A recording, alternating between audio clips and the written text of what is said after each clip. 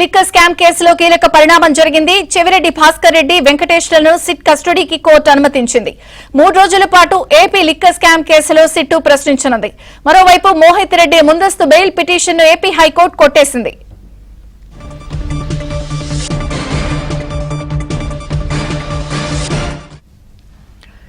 AP liquor scam లో కీలక పరిణామాలు కూడా చోటు చేసుకున్నాయి.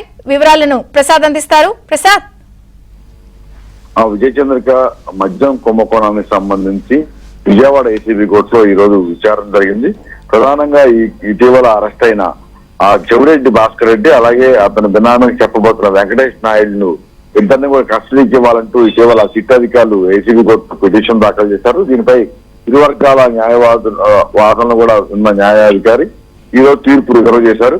మొత్తం విచారణలో ప్రధానంగా చెవిరెడ్డి భాస్కర్ రెడ్డి ఎన్నికల సమయంలో కేసిరెడ్డి రాజశేఖర రెడ్డి నుంచి 250 కోట్ల రూపాయలు నగదును తీసుకొని వివిధ ప్రాంతాల్లో పోటీ చేస్తున్న వైసీపీ అభ్యర్థులకు పంపిణీ చేశారంటూ రిమాండ్ రిపోర్ట్ కూడా పేర్కొన్న నేపథ్యంలో వాటి నుంచి సంబంధించిన ఆధారాలు సేకరించేందుకు, అదే ఎవరి ఆదేశాలతో ఈ మొత్తం డబ్బులు బట్వాడా చేశారు, ఎవరెవరి సహాయంతో ఈ మొత్తం నియోజకవర్గాలకు పంపిణీ ఏ విధంగా చేశారనే అంశాలపై కూడా మరింత లోతైన విచారణ చేయాల్సి ఉంది. అందువల్ల వారిని కస్టడీకి ఇవ్వాలంటూ కూడా పిటిషన్లు దాఖలు చేశారు. అయితే చెవిరెడ్డి భాస్కర్ న్యాయవాదులు మాత్రం ఇదంతా కూడా కేవలం రాజకీయ కుట్రతోనే తప్ప ఎక్కడ ఎటువంటి ఆధారాలు లేకపోయినప్పటికీ కూడా ఈ అన్ని అంశాలు పేర్కొన్నారని కూడా వాదనలు వినిపించారు.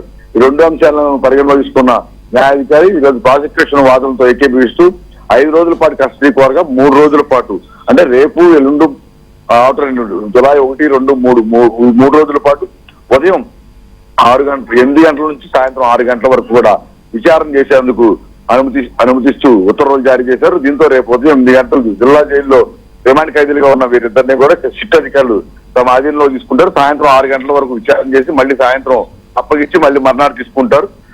ఈ నేపథ్యంలో ఈ 3 రోజులు కూడా వారు ఇచ్చే సమాచారాన్ని బట్టి కీలకంగా సమాచారం రాబట్టిన సిట్ అధికారులు ఇప్పుడు ప్రశ్నలు కూడా సిద్ధం చేసినట్టు తెలుస్తా ఉంది. మరోవైపు చెవిరెడ్డి భాస్కర్ రెడ్డి కుమారుడు మోహిత్ రెడ్డిని ఇటీవల సిట్ అధికారులు విచారణ రమ్మని కోరగా తనకు అనారోగ్య కారణాలు చూపి వాయిదా వేసుకున్నారు. అయితే ఇదే సమయంలో ఏసీబీ కోర్టులో తనకు ముందస్తు బెయిల్ కావాలని కూడా పిటిషన్ దాఖలు చేసిన నేపథ్యంలో దీనిపై కూడా విచారణ చేసిన కోర్టు అతని ముందస్తు బెయిల్ ను డిస్మిస్ చేస్తూ ఈ రోజు ఉత్తర్వులు జారీ చేశారు.